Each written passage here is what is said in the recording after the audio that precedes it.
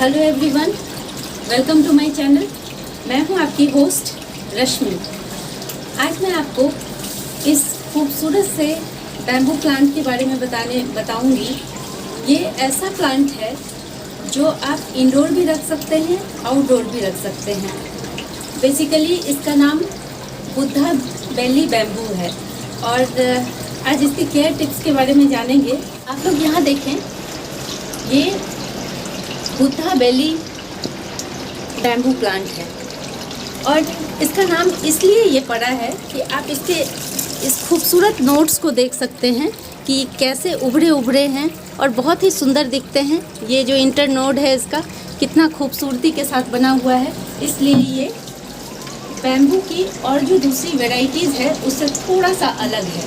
और अलग इसलिए भी है कि ज़्यादातर बैम्बू के जो प्लांट होते हैं वो फुल सन में रहना पसंद करते हैं, लेकिन ये ऐसा प्लांट है जिसको हम इंडोर रख सकते हैं जहाँ पे पार्शियल सनलाइट आए या मॉर्निंग की 2 घंटे की धूप आए तो बहुत अच्छे से सर्वाइव कर लेता है।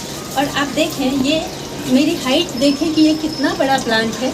अगर आपने एक प्लांट भी अपने ड्राइंग रूम में रख दिया या किसी भी ऐसे कॉर्नर में रख दिया तो ये पूरे फिलर का काम करता है और बहुत ही बेहतरीन ऑर्नामेंटल प्लांट है। ये तकरीबन मेरे यहाँ 2 सालों से है और मैंने जो अपना एक्सपीरियंस किया है इसके साथ वो बहुत बढ़िया है। हम लोग पहले जान लेते हैं कि ये किस तरह की मिट्टी में सर्वाइव करता है। तो इसके लिए देखिए, किसी भी पॉटिंग जो हम मिक्सचर बनाते हैं उसका तकरीबन कुछ प्लांट को छोड़ करके तकरीबन हर प्लांट को वेल ड्रेन्ड सॉइल ही पसंद होती है। तो ये भी ऐसा ही है, इसको भी मॉइस्ट मिट्टी पसंद है, लेकिन सॉइल इसकी वेल ड्रेन्ड होनी चाहिए। और आप यहाँ पे देखें, मैंने इसका जो पॉट है ये तकरीबन 10 इंच का पॉट है, ज़्यादा बड़ा पॉट नहीं है। 10 इंच के पॉट में मेरा इतना बड़ा प्लांट सर्वाइव कर रहा है। और इसकी जो मिट्टी है इसमें बहुत ज़्यादा फर्टिलाइज़र नहीं डालते हैं क्योंकि इतना सुंदर नोड नहीं बनता है, ये लंबे लंबे हो जाएंगे। तो सबसे पहली बात इसमें याद रखने वाली ये है कि जब भी हम अपनी मिट्टी प्रिपेयर करते हैं हमें फर्टिलाइज़र ऐड नहीं करना है इसमें, तो ये सबसे इम्पॉर्टेंट बात। उसके बाद आज मैं आपको इसकी रीपॉटिंग भी करके दिखाऊंगी क्योंकि ये मेरा जितना बड़ा प्लांट है उस अकॉर्डिंग बहुत छोटा है ये पॉट। और जब मैं इसे 2 साल पहले लेके आई थी तो ये एक पॉली पैक में था छोटे से। तो इसका एक रूल होता है कि आपका प्लांट, आपके बैम्बू प्लांट का जितना बड़ा रूट बॉल होता है, इसके रूट बॉल जितने बड़े होंगे उससे आपको सिर्फ एक साइज़ बिग प्लांटर में रीप्लांट करना है। ये बहुत ज़रूरी बात है क्योंकि अगर आप लोग ऐसा नहीं करेंगे तो आपका प्लांट इतना खूबसूरत तो नहीं ही दिखेगा।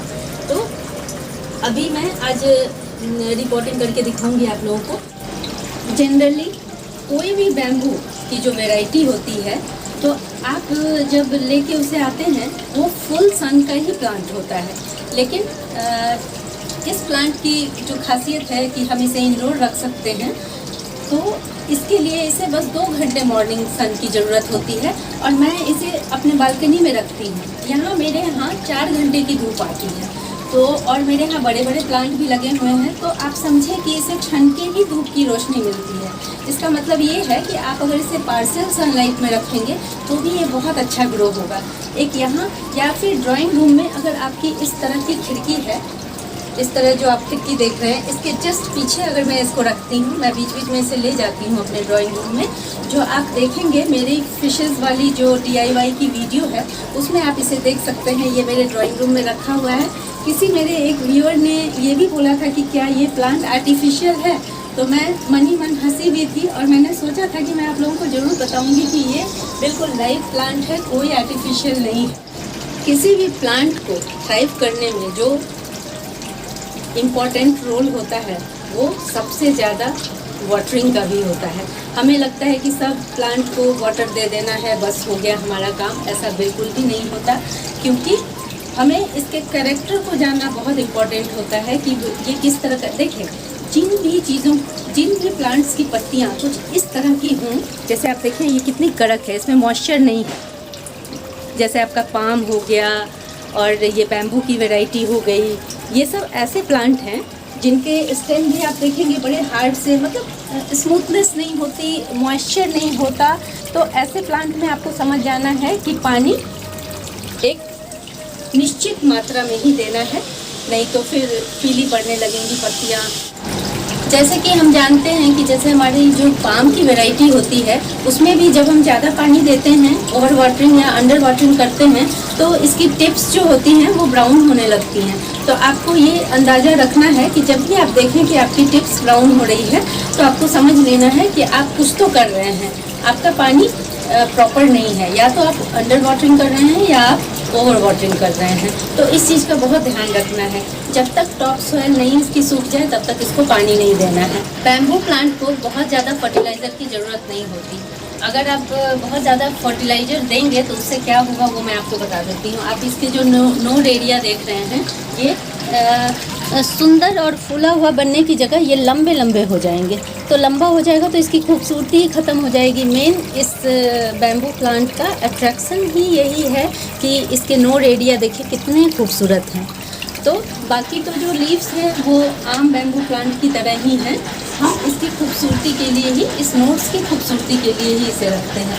यहाँ आप लोग देखें, ये मेरा बहुत छोटा सा कंटेनर है और मेरा प्लांट बहुत बड़ा है, तो इसकी रिपोर्टिंग करनी बहुत ज़रूरी है। बिना इसके रूट बॉल को छेड़े हुए मैं इसको निकाल लूँगी बाहर और उसके बाद सीधे सीधे रिपोर्टिंग कर दूँगी।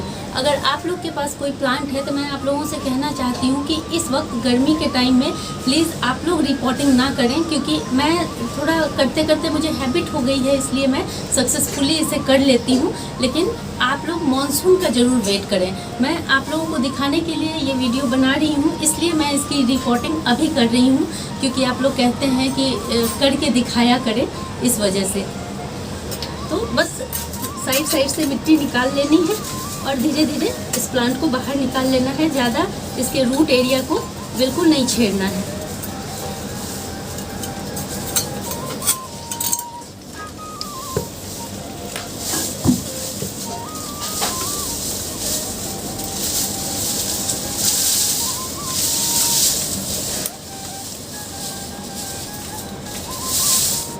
ये देखें आप लोग, मैंने जिस कंटेनर से इसको निकाला है उसमें भी आप देखें मैं इस तरह के ट्रिक्स का इस्तेमाल करती हूँ ताकि ड्रेनेज सिस्टम हमारा बहुत अच्छा है। इसलिए मैं आप लोगों को भी बार बार कहती हूँ कि अगर ड्रेनेज सिस्टम अच्छा रहेगा तो हमारा प्लांट 100% ग्रो करेगा अच्छे से। तो ये मेरे पहले वाले हैं, सोचिए आप इसमें पानी जाता होगा तो कितने आराम से वो ड्रेन आउट हो जाता है। तो अभी मैं जिस पॉट में लगा रही हूँ उसे, उसमें भी दिखाऊंगी, उसमें भी मैंने इसी तरह का कुछ प्रोविज़न कर रखा है। ये देखिए, मैंने अपने प्लांट के रूट बॉल को बिल्कुल भी नहीं डिस्टर्ब किया है, क्योंकि अभी गर्मी भी बहुत ज़्यादा है और बहुत बड़ा इसका रूट बॉल हुआ भी नहीं है, इसलिए मैंने इसे बिल्कुल भी नहीं छेड़ा है। और यहाँ देखें आप कि मैंने एक साइज़ बड़ा पॉट लिया है। जितना बड़ा आपका रूट बॉल हो उससे एक साइज़ बड़ा पॉट लें। और यहाँ देखें, आप लोगों को हमेशा दिखाती हूँ, पॉट में होल होना बहुत ज़रूरी है। यहाँ पे जो होल है उसको इस तरह से मैंने मिट्टी के छोटे छोटे टुकड़ों से, गमले के टुकड़ों से ढक रखा है। इसके बाद हमें क्या करना है, ये देखिए इस तरह उठा के रखें जिससे पानी का ड्रेनेज सिस्टम बहुत अच्छा हो। और उसके बाद मैंने ये देखें, आप इस तरह के ये रखेंगे तो आपको कभी भी प्रॉब्लम नहीं आएगी, ड्रेनेज सिस्टम का कोई प्रॉब्लम नहीं आएगा। इसलिए इस तरह के सूखे हुए जो डंडियां हैं इसको अपने पास ज़रूर रखें। मैंने इसमें एक लेयर लगा दिया है। अब इसमें मैं थोड़ा सा मिट्टी डाल करके इसको अच्छे से टैप कर लूँगी ताकि मुझे ये प्लांट डालने में इसमें कोई दिक्कत ना हो। देखिए, मैंने इसके ऊपर से थोड़ी मिट्टी डाल दी है। मिट्टी में मैंने कोई खाद नहीं ऐड किया है, जो मेरे पास नॉर्मल मिट्टी थी उसी का मैंने इस्तेमाल किया है।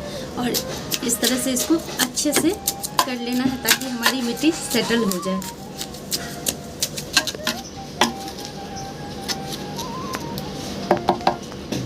अब हम अपना प्लांट डालेंगे इसमें, रूट बॉल।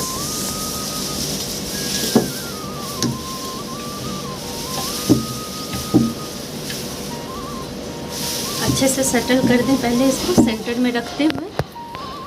अब हम साइड से इसकी मिट्टी भर देंगे इसमें। अब देखें मैंने इसको सेट कर दिया है। अब चारों तरफ से बस हमें मिट्टी डाल करके अच्छे से टैप कर देना है ताकि हमारे एयर पॉकेट्स बंद हो जाएं, कोई बबल ना रहे। उसके बाद अच्छे से पानी डाल करके छोड़ देना है।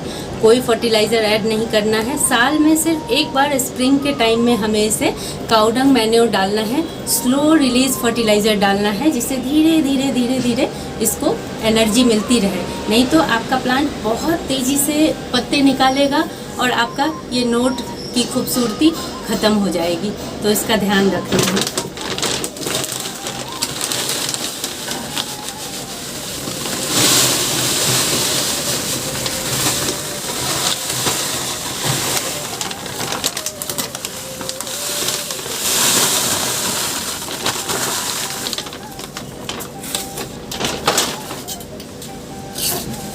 धीरे धीरे इस तरह से करके हमें अच्छे से मिट्टी डाल देना है।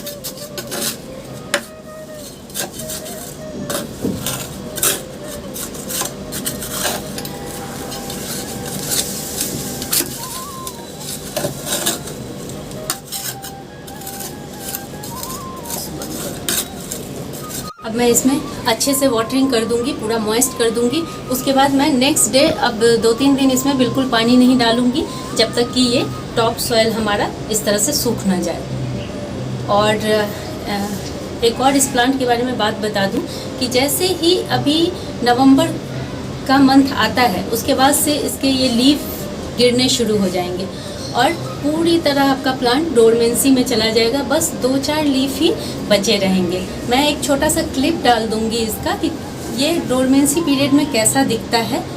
इसकी वीडियो है, आप उसको देख के अंदाज़ा लगा लीजिएगा। क्योंकि जब भी हम सबको पता नहीं होता, लेकिन जब हमारे लीफ पूरी तरह निकल जाते हैं तो हम समझते हैं कि हमारा प्लांट मर रहा है। लेकिन जैसे ही स्प्रिंग आएगा आप देखेंगे कि फिर से ये बहुत अच्छे से पत्तों से ढक गया है। और हाँ, टाइम टू टाइम इसकी प्रूनिंग करनी भी बहुत ज़रूरी है क्योंकि इसकी हाइट इतनी बढ़ जाएगी कि आपके सीलिंग तक ना पहुंच जाए। इसलिए स्प्रिंग से पहले, डोरमेंसी पीरियड के बाद जैसे ही फरवरी मार्च का महीना आप में इसमें नए नए शूट दिखने शुरू हो जाएंगे, उससे पहले ही प्रून कर देना है। आगे आने वाले कभी वीडियो में स्प्रिंग टाइम में मैं इसकी प्रूनिंग भी आप लोगों को दिखाऊंगी क्योंकि प्रून करते रहने से आप मनचाहा सेब पा सकते हैं। और सच मानिए कि ये प्लांट बहुत रॉयल दिखता है। और मैं कहना चाहूँगी कि मुझे इस प्लांट से प्यार है और बहुत सुंदर प्लांट है ये आप लोग देख रहे होंगे, ये एक बैम्बू प्लांट है और ये मैंने घर में ही रख रखा है क्योंकि इसका डोरमेंसी पीरियड है। ये काफ़ी ठंड पड़ रही है बाहर, तो इसे भी मैंने साइड में रख रखा है। बहुत सुंदर एम्बियंस क्रिएट करता है। आप लोग इस खूबसूरत प्लांट को ज़रूर लगाएं।